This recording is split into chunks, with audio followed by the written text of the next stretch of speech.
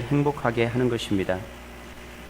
우리가 우리의 능력을 가지고 하나님을 온전히 기쁘시게 할 수도 없고 이웃을 행복하게 할 수도 없습니다.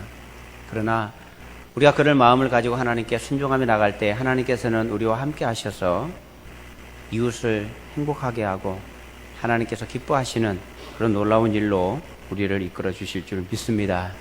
우리의 삶이 하나님께 그렇게 드려지고 복을 받는 복된 성도들 되기를 주님의 이름으로 축복합니다. 오늘 말씀을 보시면 바리새인들이 모였다라고 되어 있습니다. 그런데 그들이 모인 이유가 나와 있는데 34절의 말씀을 보시면 예수께서 사두개인들로 대답할 수 없게 하셨다 함을 바리새인들이 듣고 모였다 이렇게 말씀하고 있습니다. 예수님 당시에 많은 사람들이 예수님을 공경에 빠뜨리고 예수님을 무너뜨리려고 애를 쓰고 있습니다. 오늘 본문 앞에 나오는 15절부터 보면 바리새인들이 헤롯 당원들과 결탁을 하고 예수님을 무너뜨리기 위해서 찾아와서 질문을 하는 것이 나옵니다. 가이사에게 세금을 바치는 것이 옳습니까? 바치지 않는 것이 옳습니까? 가이사는 로마 황제입니다. 헤롯 당원들은 로마에 집중하고 있는 그런 사람들이었고 또 바리새인들은 하나님께 집중해 있는 사람들이었습니다. 그러다 보니까 예수님께서 만약에 가이사에게 세금을 바치지 말아라 이렇게 얘기하면 헤롯 당원들이 들고 일어나서 예수님을 고발할 것입니다. 반대로 가이사에게 세금을 바치라고 하면 바리새인들이 들고 일어나서 예수님을 모함할 것입니다. 이렇게 저렇게도 대답할 수 없는 상황을 자기들끼리 교묘하게 만들어서 예수님을 시험하려고 찾아와서 질문한 것입니다. 그럴 때 예수님께서 대답하십니다. 가이사의 것은 가이사에게, 하나님의 것은 하나님께 바치라. 아주 명대답을 하셨습니다. 그러고 난 이후에 또 사두개인들이 23절부터 보면 사두개인들이 찾아와서 부활에 관한 아주 애매한 질문을 예수님께 드려서 올무를 놓으려고 합니다. 그때도 주님께서는 아주 지혜롭게 대답하시고 그 문제로부터 자유해지셨습니다. 그 이야기를 듣고 사두개인들과 바리새인들은 아주 두 개 양대 산맥처럼 아주 경쟁 관계에 있는 서로를 이렇게 굉장히 경계하는 그런 대상입니다. 그래서 사두개인들이 예수님께 이렇게 질문했다가 완패당한 사건을 듣고 그러면 그렇지 우리를 한번 보여주자 그런 마음으로 모였는지 모르겠습니다. 지금 많은 사람들이 예수님을 공경에 빠뜨리려고 애를 쓰고 있습니다. 자신들의 생각에 갇혀서 하나님을 대항하고 있는 것입니다. 이들이 생각하기에는 자기들이 가장 믿음이 좋다고 생각하고 있습니다. 자신들이 가장 하나님을 사랑하고 있다고 생각하고 있습니다. 그러나 그들은 자신들의 생각에서 벗어나지 못하고 하나님의 계획과 뜻을 거슬러서 살아가고 있습니다. 이렇게 찾아온 바리새인들의 무리 가운데 대표자 한 사람이 나섰습니다. 율법사가 예수님께 질문을 합니다. 예수님, 선생님, 율법 중에서 어느 계명이 가장 큽니까? 율법사는 성경을 연구하는 사람입니다. 이 사람은 자신이 율법사이기 때문에 자신보다 더 성경을 많이 안다고 생각하는 그런 사람이 없을 거라고 생각했을지 모릅니다. 그래서 자신의 지식을 가지고 예수님을 시험하고 있는 것입니다. 35절 뒷부분에 보면 예수를 시험하여 묻되 이렇게 성경이 기록하고 있습니다. 궁금해서 물어보는 것이 아니라 뭐라고 대답하는지 한번 보자. 당신이 자신을 하나님의 아들이라고 말하는데 성경을 나보다 더 알고 있는지 성경을 제대로 알고 있는지 한번 보자. 그런 마음을 가지고 선생님, 율법 가운데서 가장 큰 계명이 무엇입니까? 이렇게 질문을 했던 것입니다. 여러분, 인간이 하나님을 시험하다니 얼마나 무식하고 얼마나 말도 안 되는 교만한 이야기입니까? 자신들이 하나님을 가장 사랑하고 가장 잘 알고 있고 가장 잘 믿는다고 생각하고 있었지만 실상 그들은 하나님을 잘 알고 사랑하는 것이 아니라 하나님을 시험하는 자리에, 하나님을 대적하는 자리에 있었습니다. 우리들도 우리 바리새인들과 서기관들과 이런 사람들과 비슷한 면들이 종종 있습니다. 여기에 나오는 이 사람들은 자신들의 지식과 자신들의 생각 속에 묶여서 하나님을 평가하고 있는 것입니다. 하나님을 시험하고 있습니다. 자신의 고정관념에 빠져 있는 거예요. 우리도 우리의 생각을 가지고 하나님을 시험할 때가 있습니다. 하나님 어떻게 이럴 수 있습니까? 하나님이라면 이렇게 하셔야 되는 것 아닙니까? 그런 마음을 가지고 내 생각을 바꿀 생각을 하지 아니하고 내 생각에 하나님을 갖다 맞추는 것입니다.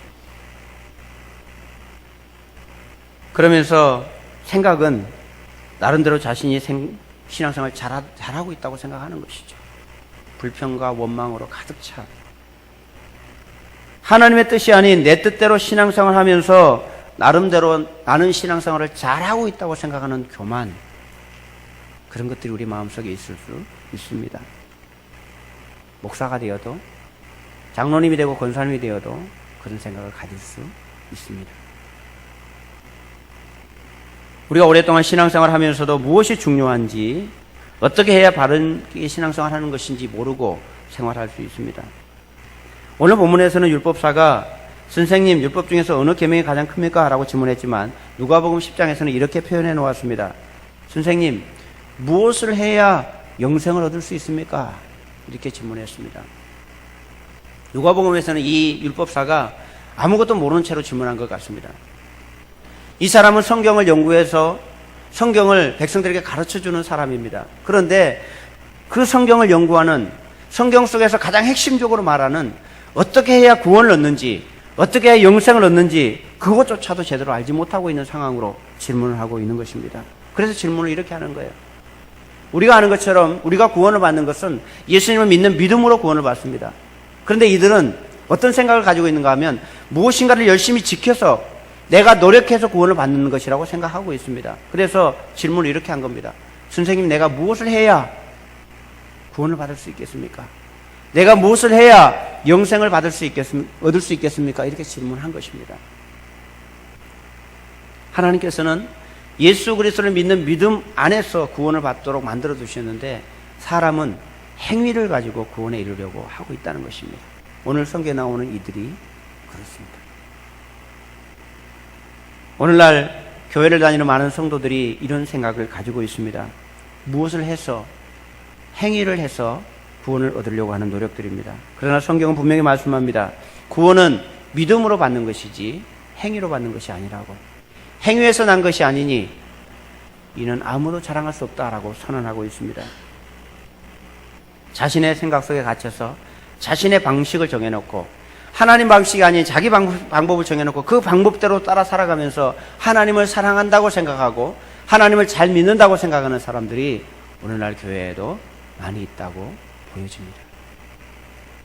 성경 속에 성경을 많이 아는 것 같지만 진짜 하나님의 마음을 모르는, 진짜 복음이 무엇인지를 모르는 바리새인과 서기관들, 율법사들처럼 오늘 교회 안에 오랜 시간 동안 교회를 다니고 신앙생활을 하고 있다고 말하고 있지만 진짜 구원을 받는 비결을, 진짜 구원받는 그 은혜를 누리지 못하고 살아가는 사람들이 교회 안에 있다는 것입니다. 그러다 보니까 자신이 생각하고 있는 바, 자신의 전통, 자신의 계획, 이런 것들을 의지하고 그것은 하나님을 믿는 것이 아니라 자기 자신을 믿는 것입니다. 그렇다면 신앙생활의 핵심은 무엇일까요? 오늘 이 질문에 대해서 예수님은 우리의 신앙생활의 핵심을 말씀해 주십니다. 오늘 율법사가 예수님, 선생님, 율법 중에 가장 큰 계명이 무엇입니까? 이렇게 묻는 질문을 오늘 우리식으로 바꾼다면 성경이 말하고 싶은 가장 핵심 내용은 무엇입니까? 아니면 신앙생활에서 가장 중요한 것은 무엇입니까? 라고 질문하는 것과 같은 질문입니다. 이 질문에 대해서 예수님께서 이렇게 대답하십니다. 37절에서 40절입니다. 우리 함께 37절부터 40절 다시 한번 읽어보겠습니다. 예수께서 이르시되 내 마음을 다하고 목숨을 다하고 뜻을 다하여 주 너희 하나님을 사랑하라 하셨으니 이것이 크고 첫째 되는 계명이요 둘째도 그와 같으니 내 이웃을 내 자신같이 사랑하라 하셨으니 이 두 계명이 온 율법과 선지자의 강령이니라. 아멘. 예수님의 대답은 한마디로 이것입니다. 선생님, 율법 가운데 가장 큰 계명이 무엇입니까? 라고 물을 때 예수님의 대답은 이것이었습니다. 하나님을 사랑하는 것과 이웃을 사랑하는 것이다. 이것이 성경이 말하는 핵심이다. 이렇게 대답을 하셨습니다. 가장 중요한 것은 우리는 예수님은 동일하게 하나님을 사랑하는 것과 똑같이 이웃을 사랑하는 것을 비중을 두셨습니다. 하나님을 사랑하는 것, 39절에 보면 둘째도 그와 같으니 이웃을 내 자신같이 사랑하라. 이 두 가지는 어느 것이 더 중요하다고 말할 수 없을 만큼 똑같이 중요한 것이다. 이렇게 말씀하고 있다는 것입니다. 우리는 생각하기를 이웃을 사랑하는 것보다 하나님을 사랑하는 것이 더 중요한 것처럼 느껴집니다. 그렇죠? 이웃을 사랑하는 것보다 하나님을 사랑하는 것이 훨씬 더 중요하게 느껴집니다. 그러나 예수님은 그렇게 대답하지 않으셨습니다. 하나님을 사랑하는 것과 이웃을 사랑하는 것은 똑같이 중요하다. 많은 사람들이 신앙생활을 하면서 나는 하나님만 사랑하고 하나님만 제대로 예배하면 된다고 생각합니다. 그러나 그것은 온전한 신앙이 아닙니다. 예수님의 말씀에 의하면, 성경에 의하면 그렇지 않다라고 하는 것을 우리에게 말씀해 줍니다. 그리고 예수님은 결론적으로 마지막 40절에서 이 두 계명이, 하나님 사랑하는 것과 이웃 사랑 이 두 계명이 온 율법과 선지자의 강령이라고 말씀하셨습니다. 율법과 선지자는 구약 성경 전체를 의미하는 것입니다. 예수님 당시에는 성경이 구약 성경밖에 없었습니다. 신약 성경은 예수님께서 십자가에 못 박혀 돌아가시고 난 이후에 기록된 것이기 때문에 구약 성경은 그 당시 성경 전체였습니다. 만약 예수님께서 오늘날 누군가가 예수님께 예수님, 성경이 말하는 가장 핵심은 뭡니까? 라고 질문한다면 예수님은 아마 이렇게 대답하셨을 것입니다. 구약과 신약의 통틀어서 핵심은 하나님을 사랑하는 것이고 또한 그것과 똑같이 중요하게 이웃을 사랑하는 것이다. 이렇게 말씀하셨을 것이 틀림없습니다. 그렇다면 오늘 우리의 입장에서 하나님 예수님의 말씀을 받으면서 성경이 말하고 싶은 신앙생활의 가장 중요한 핵심은 무엇인가? 하나님을 사랑하는 것과 이웃을 사랑하는 것입니다. 올해 이 핵심 내용을 실천하는 것에 올해 표어로 잡았습니다. 하나님을 사랑하는 것과 이웃을 사랑하는 것, 이것을 조금 말로 바꾸어서 하나님을 사랑하는 것을 하나님을 기쁘시게 하는 것으로, 이웃을 사랑하는 것을 이웃을 행복하게 하는 것으로 말을 바꾸었습니다. 내용은 동일합니다. 하나님을 사랑하고 이웃을 사랑하는 것. 성경이 말하고 싶은 가장 중요한 핵심은 하나님 사랑, 이웃 사랑인데 그것을 올해 우리의 표어로 하나님을 기쁘시게, 이웃을 행복하게 이렇게 정한 것입니다. 저와 여러분 모두가 다 올 한 해 동안에 우리는 지금까지 이 일을 계속 해왔던 것입니다. 이 일을 초점으로 우리가 살아왔습니다. 그러나 특별히 올해 2018년에는 하나님을 기쁘시게 하는 일과 이웃을 행복하게 하는 일에 좀 더 집중해서 이 일을 우리가 실천함으로 하나님의 사랑을 누리고 그 은혜를 기쁨으로 하나님께 열매를 올려드리는 그런 복된 한 해가 되기를 주님의 이름으로 축복합니다. 그렇다면 이것을 실천하기 위해서 어떻게 하면 될까 하는 실천 방안을 3가지를 정했습니다. 첫째는 힘써 여호와를 알자입니다. 여러분, 하나님을 기쁘시게 하려면 하나님이 무엇을 기뻐하는가를 알아야 하나님을 기쁘시게 할 수 있겠죠.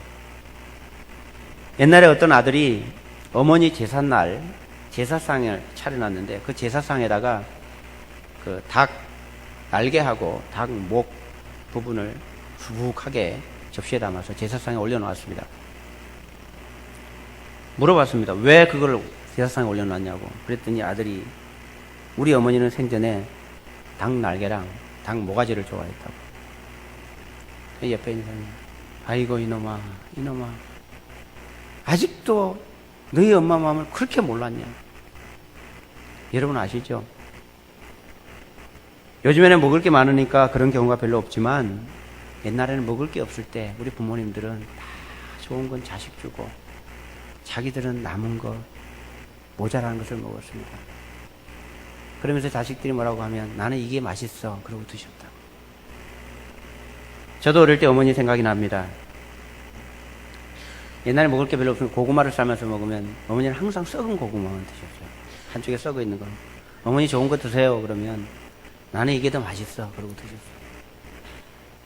생선을 구워 놓으면 꼭 생선 대가리만 드셨습니다. 그걸 드시면서 좋은 걸 드시라고 하면 생선은 본래 머리가 맛있는 거야. 저는 아무리 먹어봐도 지금도 몸통이 맛있습니다. 근데 그때는 잘 몰랐죠. 철이 없을 때는 모르는데 나이가 들고 보니 왜 그렇게 하셨는가를 알게 되는 거죠. 우리가 하나님을 기쁘시게 하려면 하나님이 무엇을 좋아하시는지 알아야 됩니다. 근데 하나님이 무엇을 좋아하는지 모르니까 내 생각으로 하나님을 섬기고 있는 거예요. 오늘 말씀에 나오는 바리새인과 서기관들, 사두개인들 이런 사람들은 다 자신들이 가장 하나님을 사랑한다고 생각했습니다. 그런데 그들의 행위는 하나님을 얼마나 마음 아프게 했는지 몰라요. 왜 그렇게 했을까요? 하나님을 사랑하고 하나님을 위해서 한다고 하는 이들이 왜 하나님을 아프게 했을까요? 이유는 하나님이 무엇을 좋아하는지 몰랐기 때문입니다. 하나님의 뜻을 모르기 때문에 그런 거예요. 그래서 오늘 호세아 6장 3절을 잡아서 우리가 여호와를 알자, 힘써 여호와를 알자 라고 하는 이 말씀을 중심으로 첫 번째 실전사항은 여호와를 알자입니다. 힘써서.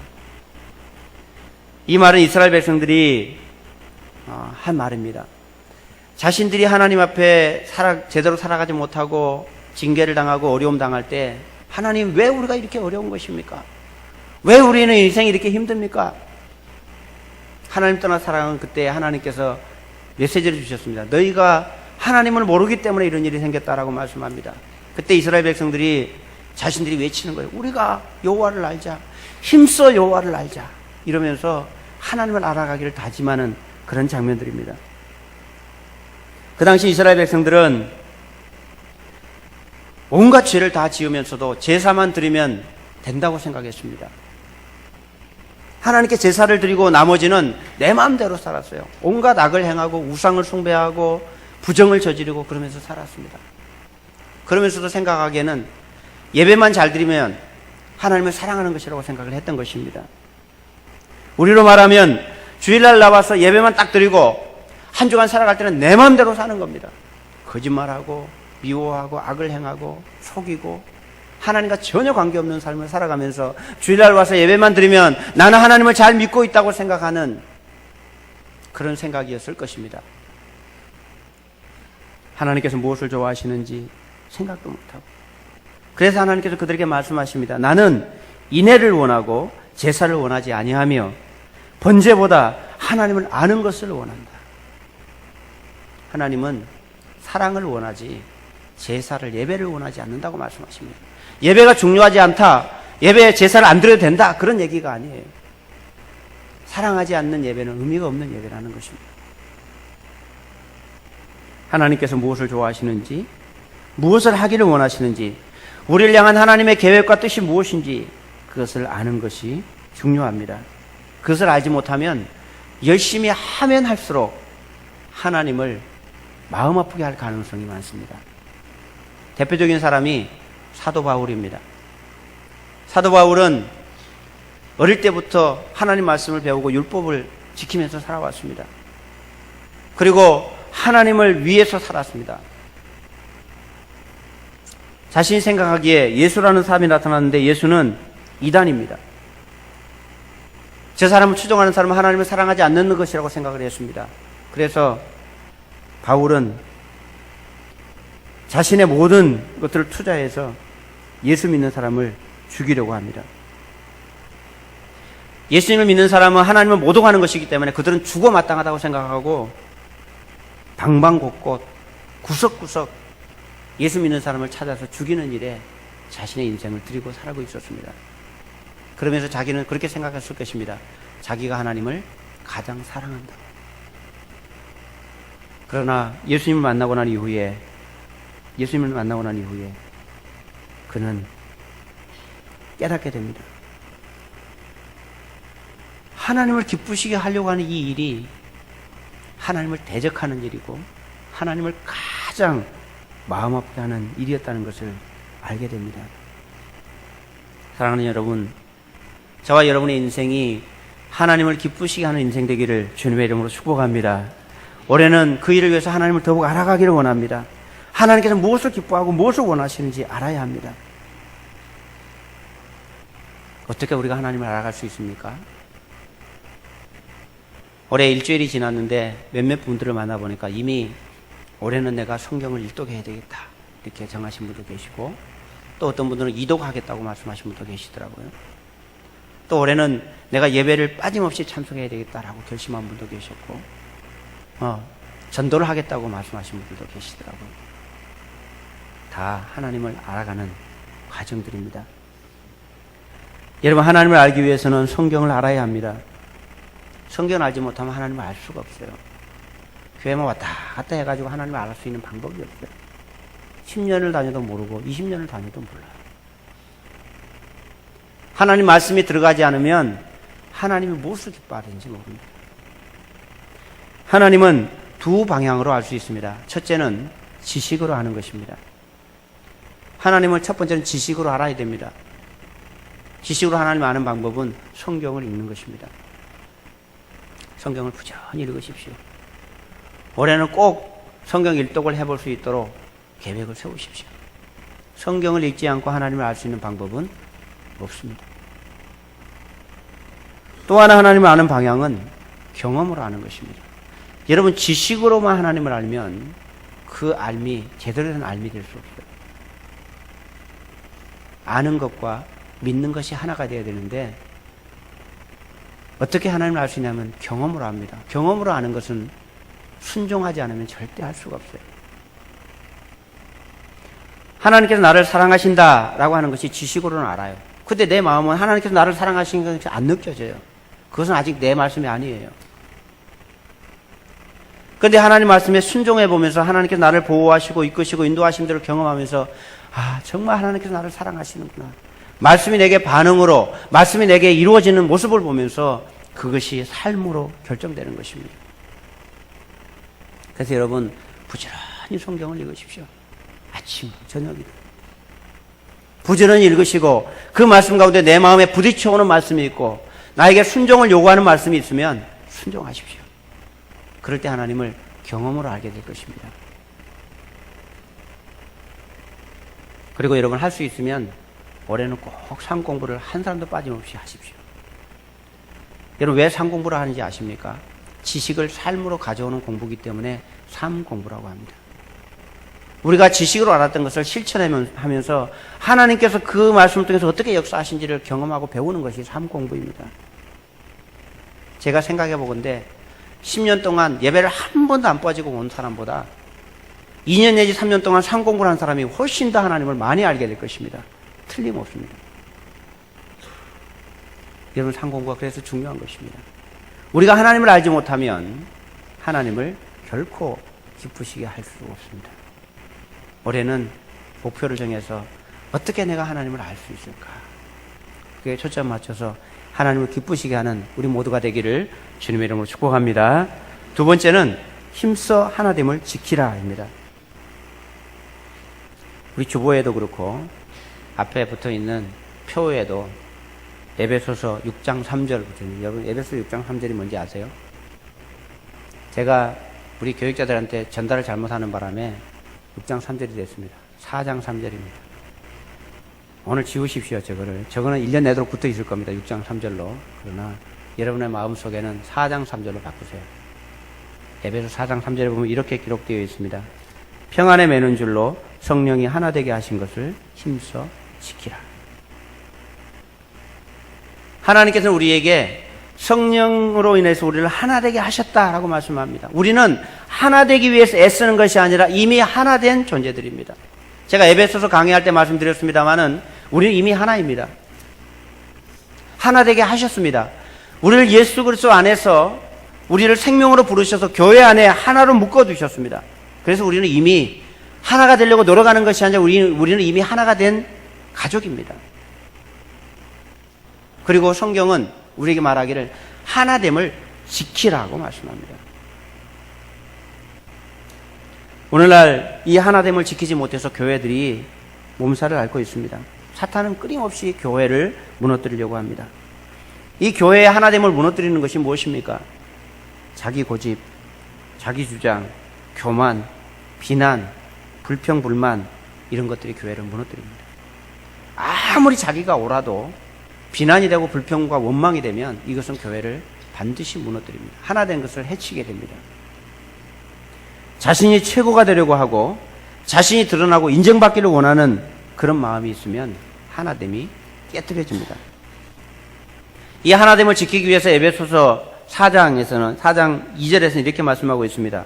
부르심을 받은 그 부르심대로 행하라고 말씀하면서 하나됨을 지키기 위해서 모든 겸손과 온유로 하고 오래 참음으로 사랑 가운데서 서로 용납하라. 여러분, 우리가 하나됨을 지키는 방법은요, 나를 내려놓는 것밖에 없어요. 여러분, 우리가 다 달라요. 다 우리의 주장과 우리의 생각을 내놓기 시작하면 결코 하나됨을 유지할 수 없어요. 나하고 똑같은 사람이 하나도 없고 내하고 생각이 같은 사람이 하나도 없어요. 내가 옳다고 주장하면 다 옳아요. 그 사람 얘기 들어보면 여러분 옳지 않은 말이 하나도 없어요. 그 사람 입장에서 생각해보면 다 옳아요. 그러나 그렇게 하면 교회는 하나 될 수 없는 것입니다. 그래서 자신을 내리고 자신을 낮추고 겸손으로 남을 나보다 낮게 여기는 그런 마음으로 우리가 나아갈 때 하나 될 수 있는 것입니다. 섬김이 없이는 하나 될 수 없고 겸손함과 배려가 없이는 하나가 될 수 없는 것입니다. 그리고 우리가 하나됨을 지키지 못하면 이 땅에 하나님의 나라를 이루어갈 수 없습니다. 왜 하나님께서 우리를 하나로 부르셨는지 아십니까? 그것은 우리를 통해서 이 땅에 하나님의 뜻을 펼쳐가고 하나님의 나라를 세워가기 위해서 우리를 하나로 부르셨습니다. 우리가 완전하기 때문에 부른 것이 아니에요. 우리는 다 뭐가 나 있고 다 부족합니다. 상대방의 흠을 지적하기 시작하면 한도 끝도 없어요. 그러나 덮어주고 이해해주고 받아주고 기다려주고 하면 하나 되어 갈 수 있는 거예요. 이것은 쉬운 일이 아닐 것입니다. 우리의 본성은요, 달라요. 우리의 본성은요, 자기가 최고가 되고 싶어 합니다. 자기를 자랑하고 싶어 합니다. 자기가 편해지고 싶습니다. 대접을 하기보다는 대접받기를 원하고 내가 인정받기를 원하는 것이 사람의 본성이거든요. 그런데 그 본성대로 살면 절대로 하나 될 수가 없어요. 그래서 하나됨을 지키기 위해서는 나를 낮추고 반대로 해야 합니다. 우리가 서로를 행복하게 한다는 것은 상대방을 배려해 주는 겁니다. 그 사람의 입장에서 생각해 주는 거잖아요. 이 하나됨을 지키지 못하면 우리의 행복이 깨지는 것입니다. 우리의 행복은 그리스도 안에 있을 때, 이 하나됨을 누리고 있을 때가 가장 행복한 것입니다. 하나님을 기쁘시게 하기 위해서, 이웃을 행복하게 하기 위해서 힘써 여호와를 알고 또 힘써 하나됨을 지키는 우리 모두가 되기를 주님의 이름으로 축복합니다. 어떻게 하면 하나가 될까를 고민하십니다. 세 번째는 힘써 VIP를 섬기자입니다. 이 행복이 이웃이라고 하는 대상을 우리 안에만 머물러 두지 말고 세상으로 나가야 합니다. 실천 과제가 첫 번째는 하나님에 대한 것이고, 두 번째는 교회 안에서입니다. 세 번째는 세상을 향한 실천 사항입니다. 우리만 주님 안에서 하나 되고 우리만 행복한 것이 아니라 세상 속에 살아가는, 아직도 주님을 알지 못하고 살아가는 수많은 그들도 행복의 자리로 이끌어올 책임이 우리에게 있습니다. 하나님께서는 우리를 통해서 그 일을 하기를 원하십니다. 디모데전서 2장 4절에서 이렇게 말씀하셨습니다. 하나님은 모든 사람이 구원을 받으며 진리를 아는 데 이르기를 원하시느니라. 하나님의 뜻은요, 모든 사람이 구원을 이루기를 원하십니다. 모든 사람이 진리를 아는 데 이르기를 원하십니다. 우리들만이 아니라 모든 사람이 구원을 받고 모든 사람이 이 행복의 자리에, 주님의 은혜의 자리에 초대되어서 그것을 누리기를 원하고 계신다는 것입니다. 여러분, 그런데 교회 밖에 있는 사람들은 하나님을 모르잖아요. 그들은 어떻게 하면 하나님을 알 수 있을까요? 그들이 하나님을 알 수 있는 방법은 무엇일까요? 그것은요, 그들이 하나님이 계시다는 걸 알 수 있는 방법은 우리를 통해서 알 수 있습니다. 그들이 하나님을 알 수 있는 방법이 없어요. 성경을 보겠습니까? 예배를 드립니까? 설교를 듣습니까? 그들이 하나님을 알 수 있는 유일한 방법 가운데 하나가 뭔가 하면요, 우리의 모습을 보고 하나님 계시다는 걸 아는 거예요. 그들이 보기에 예수 믿는 사람은 좀 이상해요. 저 사람들 왜 저렇게 살지? 이유를 알고 봤더니 하나님 때문에 그렇게 산다는 거예요. 최근에 우리 집사님 가운데 한 분이 그런 얘기 하더라고요. 이분이 예수님을 만나고 하나님의 사람으로 살아가기 위해서 살아가려고 하니까 삶이 바뀐 겁니다.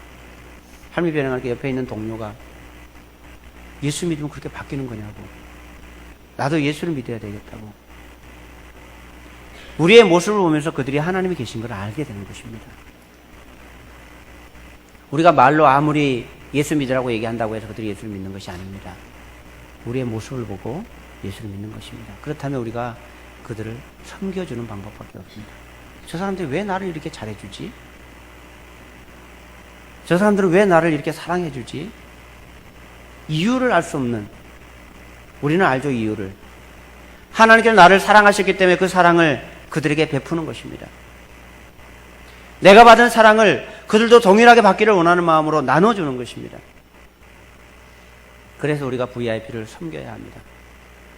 VIP를 섬기지 않으면 그들은 하나님을 알 수 있는 방법이 없기 때문에 그렇습니다.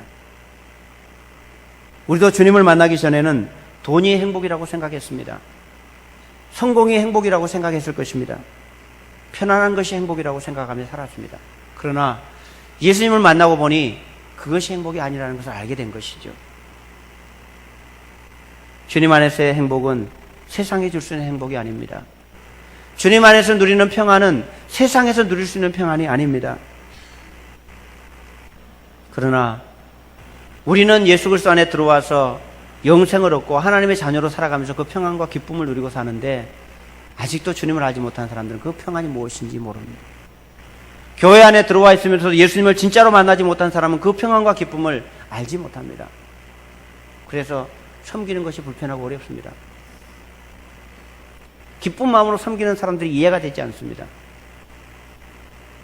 우리의 섬김이 그들에게 전해지고 그들도 그 섬김 속에서 예수 그리스도를 만나게 될 때 그들이 참 평안과 참 행복을 누리게 되지 않겠습니까?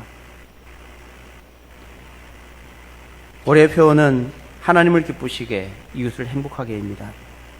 그리고 그것을 실천하기 위해서 힘써 여호와를 알자. 힘써 하나님을 지키자. 힘써 VIP를 섬기자입니다. 사랑하는 여러분, 이 일을 위해서 여러분은 어떤 다짐을 하기를 원하십니까? 아마도 많은 분들이 이미 하나님 앞에서 새로운 한 해를 시작하면서 올해는 내가 변화된 모습을 가지고 하나님께 살아가려고 결심한 분들이 많이 계실 것입니다. 아마 그 모든 거의 대부분의 결심들 가운데 하나님을 기쁘시게 하고 이웃을 행복하게 하는 일에 아마 초점이 맞춰져 있을 것이라고 생각합니다. 그러나 구체적이지 않은 분들은 다시 한번 구체적인 방법들을 계획 세워보면 어떨까요? 성경을 부지런히 읽고 예배를 하고 올해는 꼭 한 명을 전도해야 되겠다. 그런 마음을 가지시고 하나님께 해보면 어떨까요? 그런 결심을 갖고 계신 분들은 하나님께 그 일을 이루기를 원하고 아직도 새해 계획을 세우지 못하고 목표를 세우지 못한 분이 계시다면 올해 하나님을 기쁘시게 이웃을 행복하게 하는 교회의 표에 맞춰서 나의 인생을 한번 잣대를 해보면서 새로운 계획을 세우고 도전해보는 그런 시간이 되어서 진정으로 하나님께 영광을 돌리고 우리가 서로 함께 은혜를 누리는 복된 성도들 되기를 주님의 이름으로 축복합니다.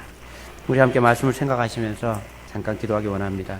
하나님을 기쁘시게 하고 이웃을 행복하게 하는 삶이 되게 해주시옵소서. 힘써 여호와를 알게 하시고 힘써 하나됨을 지키게 하시고 힘써 VIP를 섬기게 해주옵소서. 그리고 나의 결심과 계획들이 잘 실천될 수 있도록 힘을 주시옵소서. 그런 마음으로 잠깐 함께 소리내서 기도하도록 하겠습니다. 기도하겠습니다. 하나님 아버지 감사합니다.